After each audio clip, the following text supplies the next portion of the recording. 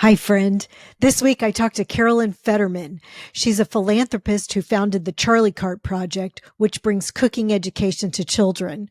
Carolyn was a protégé of Alice Waters, the pioneer of the farm-to-table movement, and she shares her experiences about working with Alice.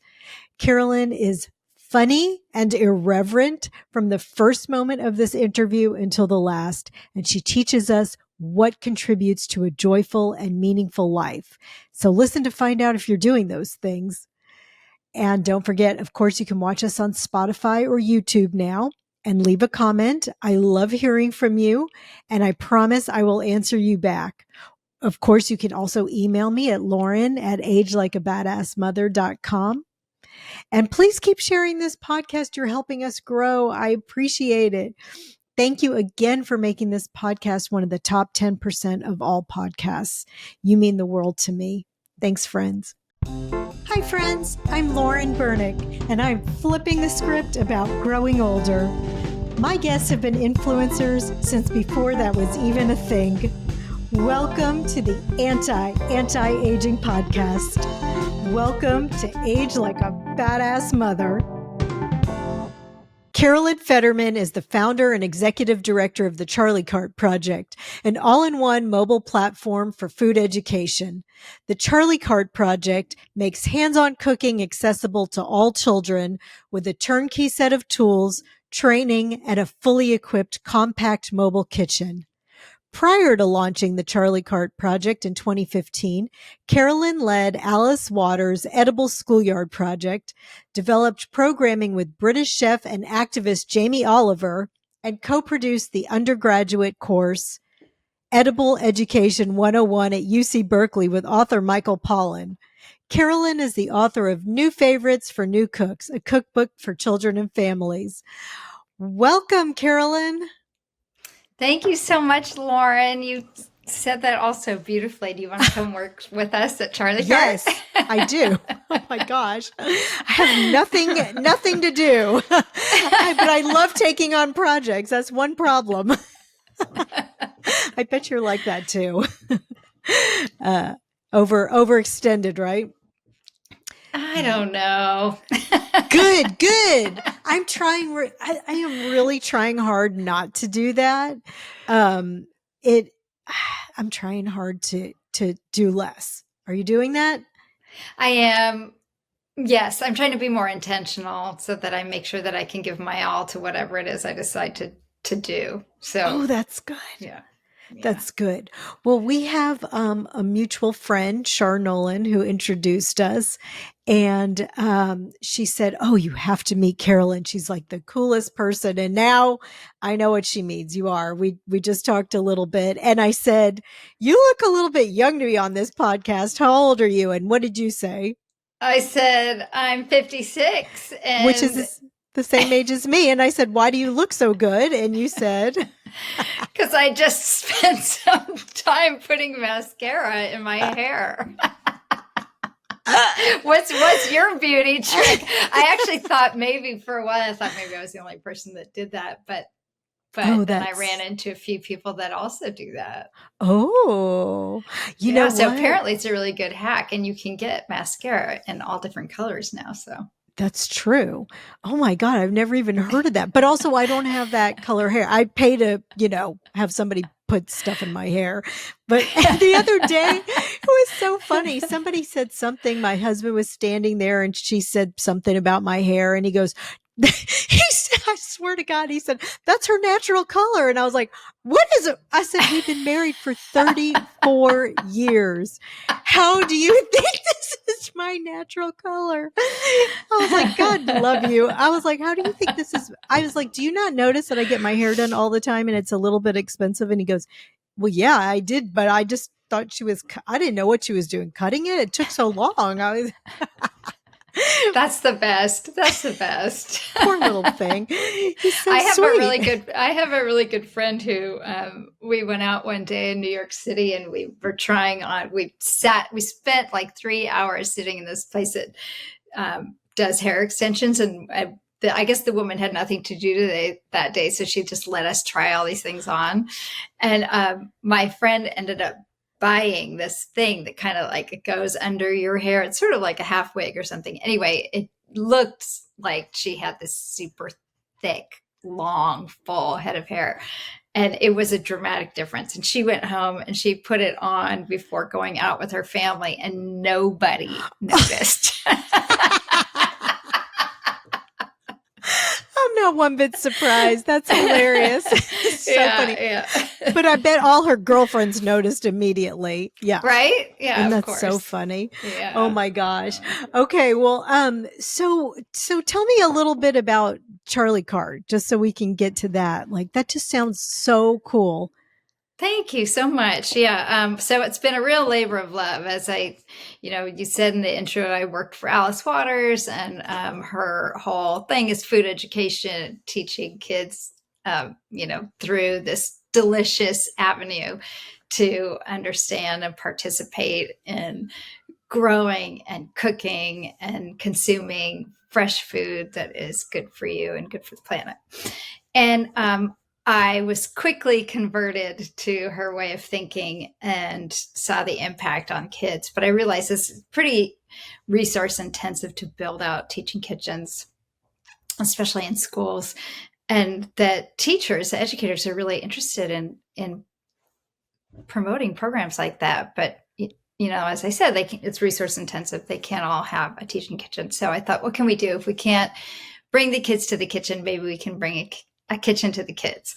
And so that's what we did. We designed a little mobile kitchen, a little kitchen on wheels that you can roll into a classroom, and you can unpack a whole bunch of equipment, kind of like a clown car, and it holds everything. It has a sink and an oven and mixers, whisks, all kinds of things, Vitamix. And what? And then you can just convert the classroom into basically a prep kitchen, and kids are measuring, they're chopping, they're tasting, smelling, experiencing hands-on cooking.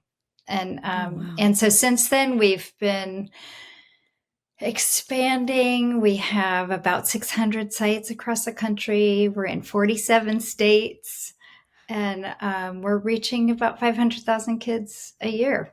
Wow, that's incredible. Yeah. So before we get too far into it, like for those who don't know who Alice Waters is, I imagine most people do. I mean, if you've ever heard like farm to table, that's who brought that to you. That's who brought that term. Can you tell us a little bit about Alice? Yeah, thank you so much for saying that. Actually, it does happen that people are like, no, I'm not familiar with that. So I'm glad you called that out. And so Alice Waters is the founder of the restaurant Chez Panisse, which has been around 50 years now. That's crazy. Yeah. And she is the mother of farm to table. She started farmers markets in this country. She created the organic food movement here and propelled it to where it is today. And she runs a program in Berkeley, California, where I live, called the Edible Schoolyard Project. And it's a kitchen garden program in a public school where kids go into the garden, they harvest, they plant, they harvest, and then they go into the kitchen and they prepare food as part of their academic day. And so the Charlie Cart Project was a way to take the Edible Schoolyard and make it mobile. Wow. I mean, I know why I think it's important, but like, why do you think it's important for children to learn to cook or to be exposed to this?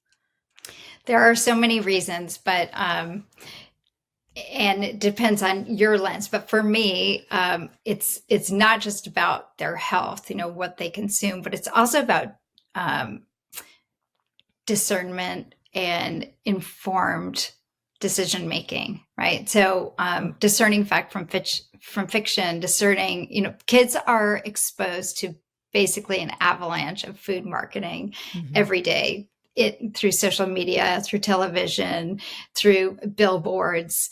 And there's no way for them to get out from under that if you don't give them basic information, right? So having hands-on experiences with food can really change a child's perspective on food. It can change their palate, it can change their entire attitude, and it can change their life, right? So they become more open to trying new things.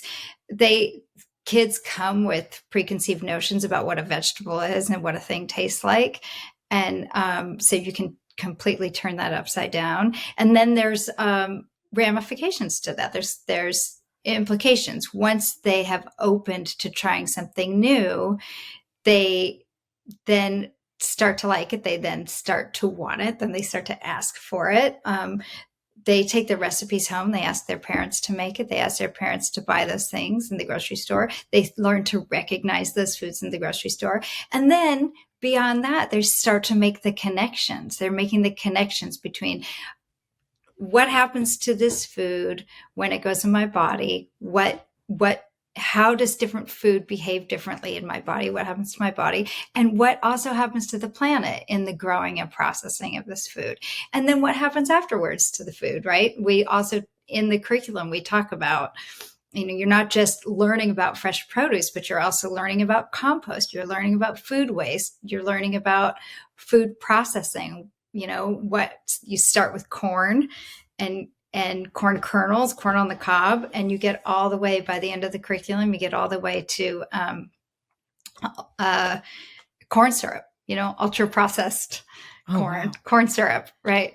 And it's important for kids to understand like this, what's in my food, how's it grown, what's happening to the planet. And kids are much more connected to these issues these days. So I think social media has played a big part in that and helping them understand that they can actually play an active role in what happens to the planet, and they have agency, but they don't have agency if they don't have information. So that's why I think it's important.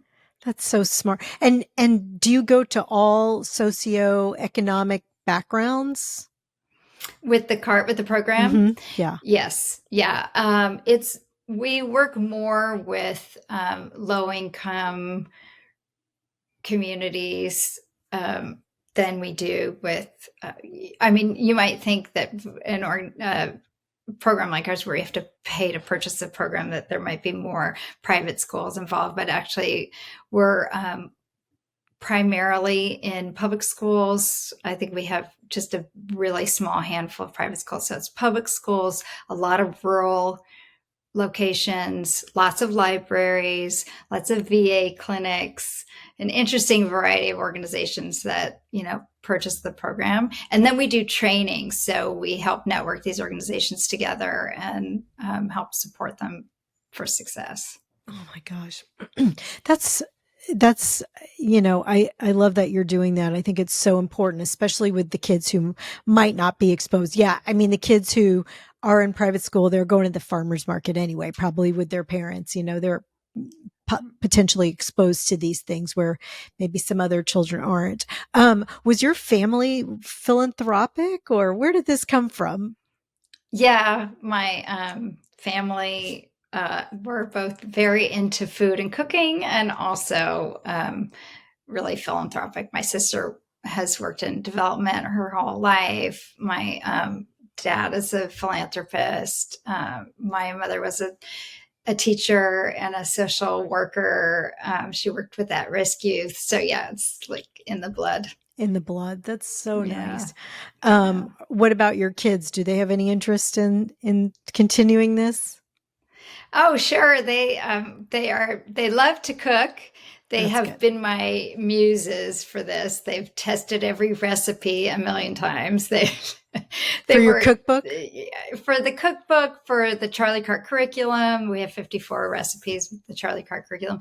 They're the guinea pigs for everything. They test everything. They've helped with everything. And my son went and worked at the place where we manufacture the carts over the summer. So they've been involved in every aspect. I didn't even think about that part. I'm always amazed at people who can take a concept and really bring it to fruition. I think takes a special person what is that about you? Just are you detail oriented? What is that? Drive? What do you think? How does that happen? I think it's both of those things plus, plus, plus. I had a lot of ideas that I never was able to bring to fruition. So, maybe sometimes it's also timing, and lots of help from lots of people around you. But yeah, for sure. But attention to detail definitely helps, kind of looking down and taking one step at a time towards something. Yeah, that's true. Just keep as I've heard, you don't have to boil the ocean, just like one little drop at a time, one little bit at a time you can boil. Yeah. Okay. So, have Alice Waters, Jamie Oliver, and Michael Pollan all cooked for you? Have you eaten all of their food? What? That's a funny question. No, I have eaten with Jamie Oliver. I have, and he put a fork or a knife into a tomato that was on a pizza, and it spurted out all over my shirt. So that was funny. But I've eaten Alice Waters' food quite a bit, and one time we went somewhere on a plane, and she was sitting in first class and I was sitting in economy, and she came back and delivered me a lunch in a bag that she had made for me. Oh my God, what was it? It was a steak sandwich with cornichon. It was amazing. It was like the best lunch I've ever had. So funny. In a little paper bag. Oh my gosh. Do you eat at Chez Panisse? Have you eaten there? I do. Yeah. Well, I worked you lived there obviously for a long time. So, I didn't realize that. That's how you met her. You worked there? Well, the Edible Schoolyard Project was before called the Chez Panisse Foundation. Oh. And it is connected physically and otherwise. That's where they get their vegetables and so forth for the restaurant? No. So the Edible Schoolyard Project is like a national organization that's helping other edible schoolyards, and then they fund this program at the middle school, and the middle school, they're growing food that the kids in the school, so the restaurant does actually have a farm that they work with. Okay, that's what I thought. I was getting confused. I was like, I know it is a farm. Is it that farm? Okay. Yeah, no. So I hope that I didn't cause further confusion. Does that make sense? I'm just a confused person. Yes, it makes sense. No. Yeah, and so we used to go when the foundation was smaller. I mean, it's got a bigger staff now, but so this was some years ago. But I would just go downstairs to the restaurant and have staff lunch every single day. Oh my gosh. It was crazy. That is crazy. And like, they just have a set menu, right? Every day, like one, or is that how that works? So the restaurant has two parts. It has a cafe upstairs and it has what's called the restaurant downstairs. Mm-hmm. And the restaurant has a fixed menu and it's only open for dinner. The cafe is open for lunch and dinner. And there's a menu where you can choose. Wow. Oh my gosh. Yeah. So it's a little bit more casual upstairs. Yeah. In the cafe. Oh my gosh. Do they have vegan food there? They serve a ton of vegetables. A ton of vegetables are with everything. So you can ask for vegan. Okay. They don't make a point of it, but you can ask for vegan dish. You could get something. Okay. Yeah. Cool. Yeah. Next time I'm there, I've got to go try that out. I've known of her for so long in the Edible Schoolyard and of the restaurant, but yeah. I don't know. I've even been to Berkeley. I don't know how that escaped me. Okay, not again. You have to go. You have to go. I mean, she's a magician with vegetables. They do magic with vegetables, and oh my gosh, yeah. Especially for people who are really into vegetables. As a vegan, you'd be surprised there are things that you've never tried and never heard of and never imagined. Yeah. Oh my god, it's beautiful, beautiful food. Yeah. That would be. I would love that if she surprised me with a vegetable because I feel like I've tried it all. Not. So do you think like having this passion has helped you age well? Because I mean, honestly, you look so youthful, and you just emanate like a youthful energy. Do you think that part of it, what are you doing right? Besides your mascara in your hair? Do you think it's passion? Do you think it's genetics? What is it? Maybe it's genetics. I'm the youngest of four. I think being the youngest gives you a little bit of it, get to keep your babyishness You're the baby. maybe longer, let's see, a lot of joy. We practice a lot of joy around here in this house. Good sense of humor. We're always laughing about things.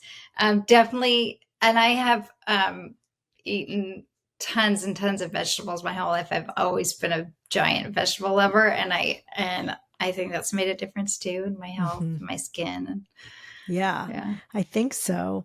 What do you mean you practice joy? Can you give me an example? Is it just that you try to have a happy household, or do you actually do specific things?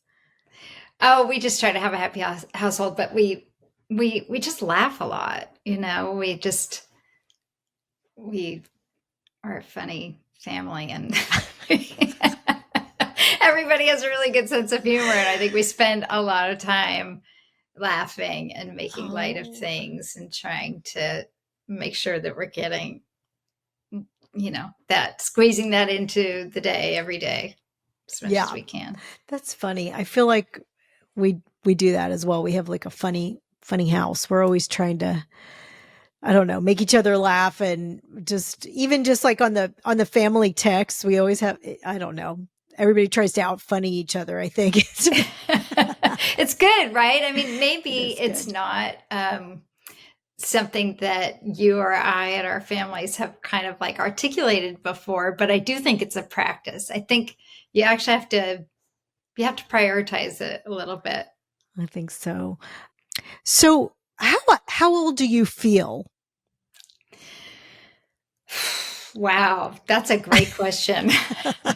Lately, I feel so much older than ever. It kind of feels like it happened overnight that suddenly I feel older. Why? Why do you think that is? Like, in what way? I feel, well, because I'm just not as, I feel, I don't know if I should admit this. Come on. I just feel not as sharp. I used to be able to sit in a 2-hour meeting and never have to take a note and be able to like carry everything forward. And yes. And I can't do those things anymore. I can't pull an all-nighter if I have a grant due or something like that. I used to be able to just power through, and now I just cannot. So I either have to give myself enough time, or I have to forego certain opportunities. Like I just can't, shove everything through the way I used to. And I guess this is the same thing with my body physically, right? I used to be able to do a lot of things that now, if I hurt myself, then I kind of have to hang back for 6 months while things heal, Yeah. So everything changes, right? I get that. Yeah, I feel the same way about like, I used to not ever have to take a note. Now I'm always like, oh my God, let me write that down, or let me put it in my phone. Where's my phone? Yeah, where's my make a note? I have to make a note, put it in my phone. And I know, I get that, and I hate it. I don't like that part.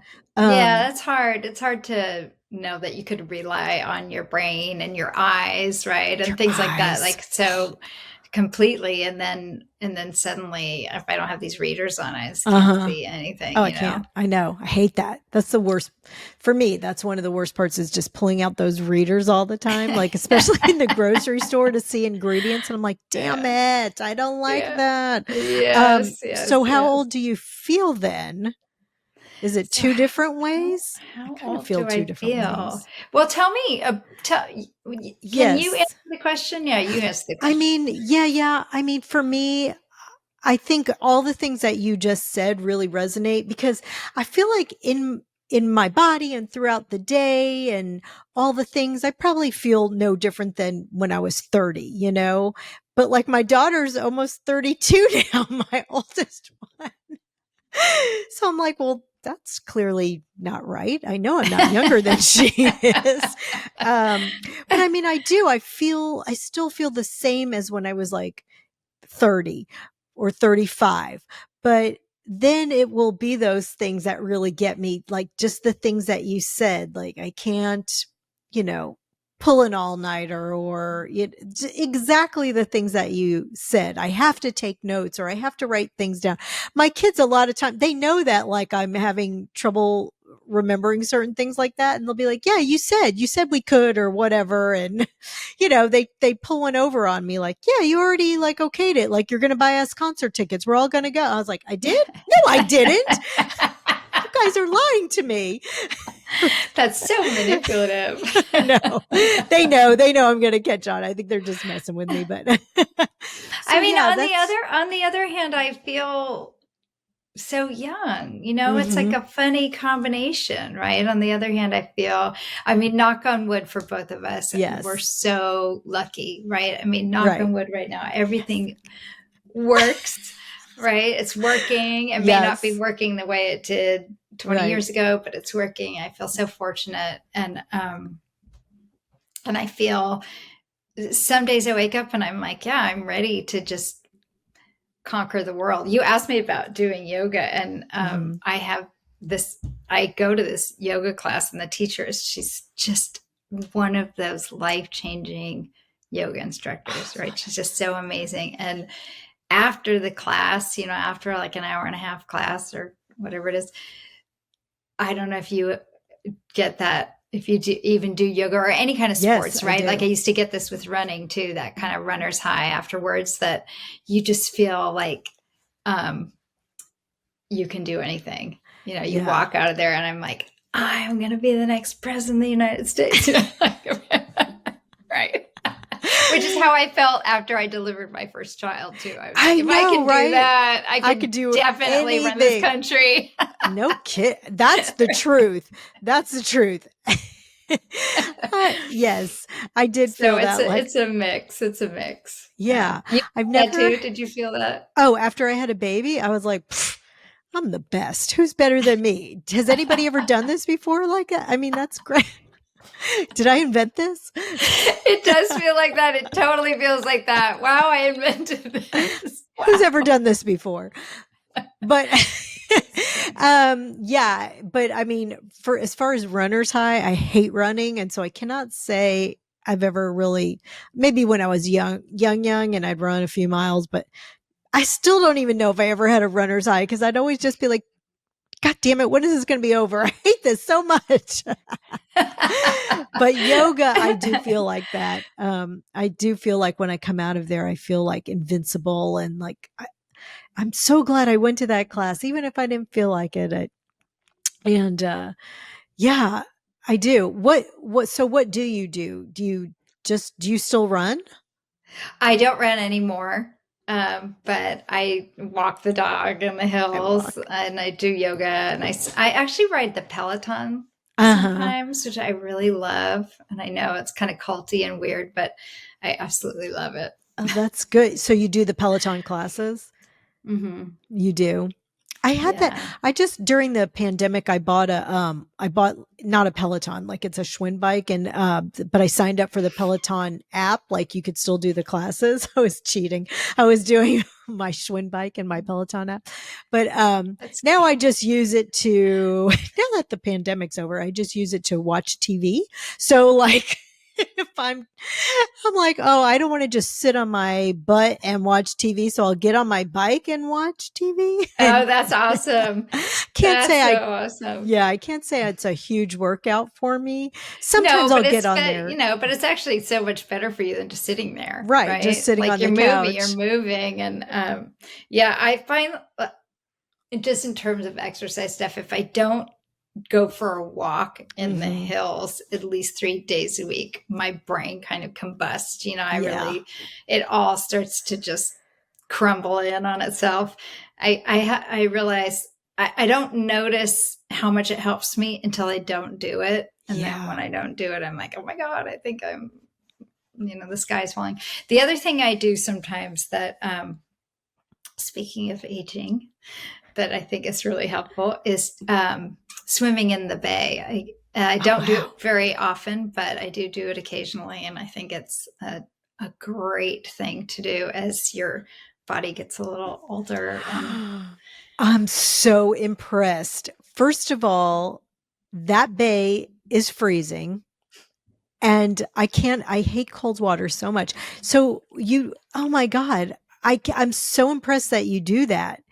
And there's scary things in there. And don't that's be like impressed. so Don't be brave. impressed. Lots of Yes, I people do am. it. Lots of That's people do it. brave. And I wear a wetsuit, and it's not like I'm just going in there, in my bathing suit. A lot of people go in their bathing suit, but anyway, it feels so good. Talk about a high. Feels amazing. Like the whole rest of the day, you feel amazing. Yeah. Okay. I don't know if we're going to exercise together other than go for a walk in the hills or yoga. Oh my God, that sounds crazy. I mean, I won't even get in my pool past August. So.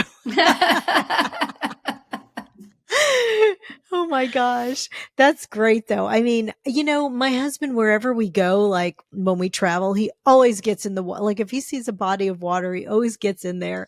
And I'm so impressed. And like, I want to be that person. And in my mind I am, but I'm not. I don't do that. If you don't enjoy it, then you don't enjoy it. It's just, oh God, I hate being cold. I just hate it so much. It's a good thing you live in Austin. I know. It's cold here today. It's like in the 20s. Oh, wow. I know. It was like 27 this morning. I don't know how cold it is right now. I didn't know that you guys got that kind of weather. Oh yeah.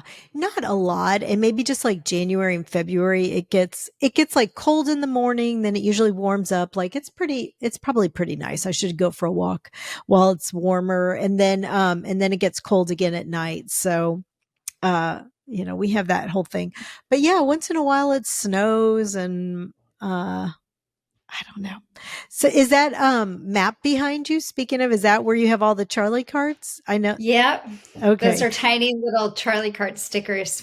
Okay. Do you have, for those of you who can't see it, obviously she has a map behind her head and then, it has like dots on it. Do you have ones in Austin? I don't think I see one in Austin. I think there is one in Austin. It looks like Dallas and maybe. Oh, well, it doesn't matter. Might be my imagination. I can send you a site list. It doesn't matter.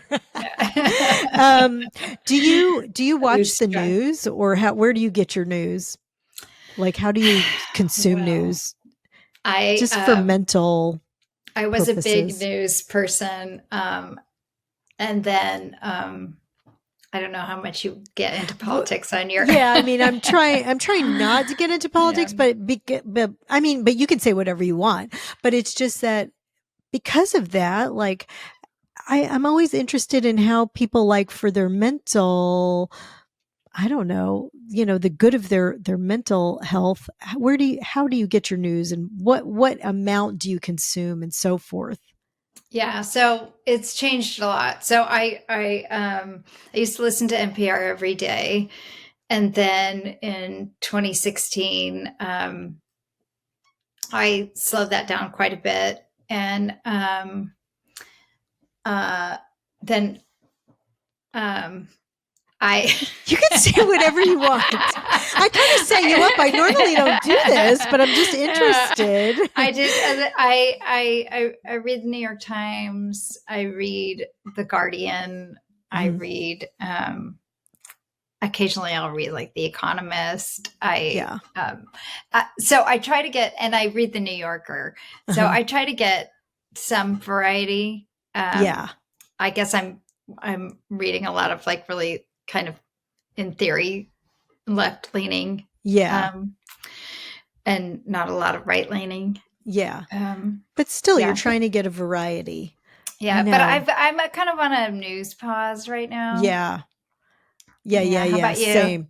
I'm kind of on a news pause too. Like I'll read just various things and try to get a feel of what's going on without over consuming the news, because it makes me a little crazy.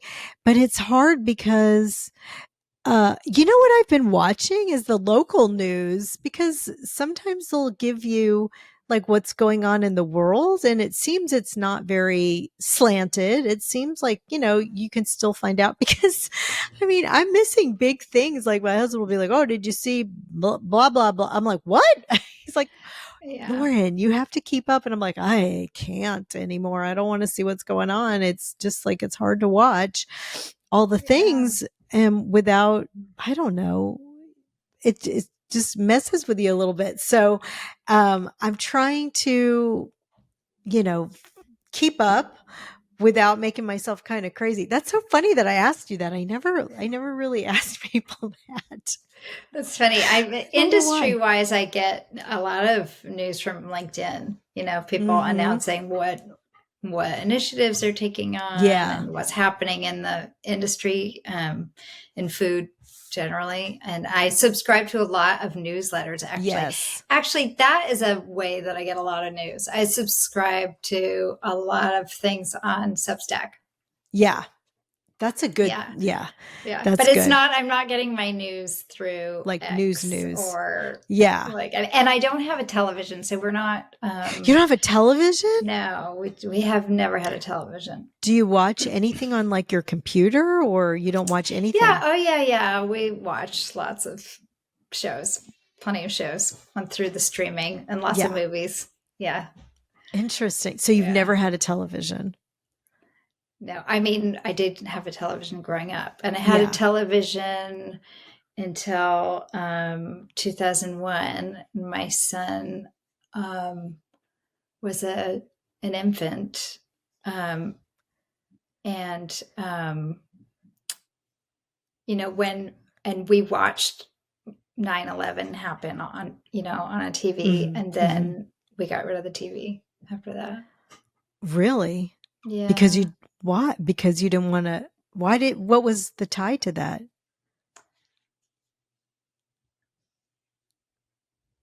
It was just, I don't know. That's a good question. You think you want to be more connected to the news. I think it was just so disturbing and so, I don't know. Oh, wow. It's Yeah. so interesting that I asked you about that, in the news and all that, because I've never asked anybody about, yeah, I've interviewed like news anchors and I never even asked them how they get their news. It is I weird. don't know why. What do you think made you ask I me don't that? know, because I feel like you're a person who seems very tuned in to what's going on, and just because of your interest in the world and interest in children and interest in people, I feel like you want to be tied in, but I see your lightheartedness and all that. So I think I was very curious about that balance. And that's interesting that you got rid of your TV after 9/11. Yeah. That's really, really interesting. Well, so do you go to the movies a lot, or like you said, you watch streaming now, right? Yeah. So after the pandemic, I mean, when the pandemic happened, obviously there were no more, theaters anyway. And a lot of the theaters in Berkeley closed, which was sad. Like a lot of my favorite theaters, there's hardly any theaters here anymore. Oh my gosh, that's so sad. Yeah, it's so sad. There's one. There used to be like 6, and there's Oh one. my gosh. So I don't really go to the movies. You don't go to the movies anymore? I watch movies. I go to the movies like very, very occasionally, but I do watch movies. At home. And I have a really close friend who's a filmmaker. And so I, 2 close friends who are filmmakers. And so I get to hear a lot about what I should be watching and what to look out for. And that's really fun. Yeah. That's good. So let me ask you, what is your best piece of advice for aging well? My best piece of advice for aging well is to focus on the things that you have in your life and appreciating those things that you have in your life, and not thinking about what you don't have. And maybe that sounds like, the practice of gratitude and whatever, but so maybe that's another way to put it. But I think it's really important to focus on your orbit, especially right now. Right. And it doesn't mean don't try to help the world. Don't try to also expand your reach and your knowledge and all that. But making sure that you acknowledge all the good things that you have, and that you put consistent effort and energy into the relationships and the people around you to make sure that your neighbors are good, you're good, your friends are good, those relationships are solid, your kids are good, your loved ones are good.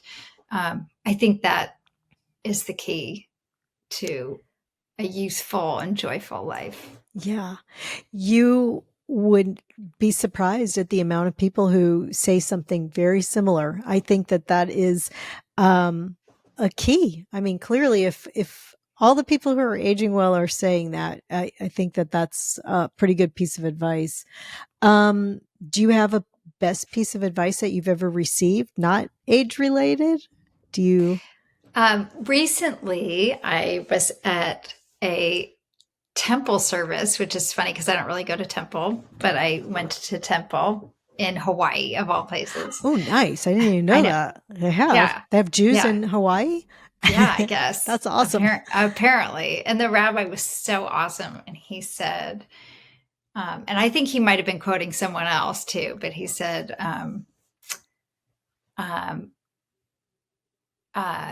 to live, to make a life of meaning, you have to live a meaningful life. And I just loved that. I thought that was so beautiful and kind of goes along with the things we were just talking about. To live a life of To make a life of meaning, you have to live a meaningful life. Oh, that's good. Yeah. That's good, a good one. right? Yeah, that is good. Yeah. I like that. So your dad's alive? Is that correct? Alive. And but your mom has passed? Mom has passed. I have a stepmom who's also really lovely and supportive. That's lovely. Yeah. Do you have any lessons that you've learned from watching them age? Oh my God, they are amazing. They are so amazing. Yeah. Oh, they do everything and they do not stop. They read nonstop. They're always consuming information, books. They literally read, like they just plow through books. Wow. They consume tons of culture. They're always listening to new music and trying new things. And, they watch new series and they're big consumers of culture. They go to concerts and try new restaurants, and they travel a ton. And they don't let anything slow them down. So clearly they're in good health then, right? Knock on wood again. Knock on wood. Okay. Yeah. Knock on wood. Do you have a favorite health or beauty product? Yes, I use this face oil called True Botanicals. I love it. It's super natural. It's all natural. It smells really nice. Yeah, I love that. Somebody else mentioned that. I feel like it was Victoria Moran, maybe. True Botanicals. Okay. Yeah, that's really good stuff. Yeah, I like all the natural oils and everything. And actually, I often use castor oil. Yeah, I do too. Yeah, that's the best, right? Yeah. It's just, you can buy it on the internet. You can buy organic castor oil, and I love that. I do that too. And I heard that if you put like some frankincense, like a little bit of the organic, what is it? Like a little essential oil. Yeah, essential oils. Put a couple drops in that and mix it up. So I do that sometimes too when I go to bed with my greasy face. And then do you have a favorite concert you've ever been to in all the years? It can be back far, it could be recently. Yeah, I mean, there's so many, but I saw, well, there's two. Can I say two? Yes, you can say two. Okay, so I couldn't pick one. The first one was when shortly after I had my first child, this close friend of mine called and said, I've got 2 tickets to see Prince at the DNA Lounge, which is a tiny little club. Oh my God. And he's like, I'm bringing you, which was so Ah, amazing. And I came, I had just had a baby, right? It was probably like not after even you 3 months. invented having babies. Yeah, exactly. I know. I was so proud of myself. I had invented having babies, and it was probably not even 3 months, right? And my friend, he's a guy, he comes, and I was wearing, whatever I was wearing. I don't know, whatever I could get on, right? Right. And I come out into the living room where he's waiting for me, and he looks at me and he goes, just so off the market.